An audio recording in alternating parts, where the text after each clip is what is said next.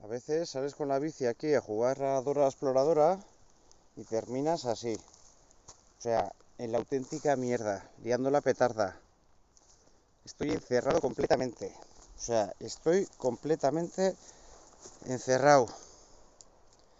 Y esto, claro, estos son todo zarzas, pinchos. Esto se supone que alguna vez habría sido un camino. Pero aquí ya de camino hay poco. Hay unos bocaídos.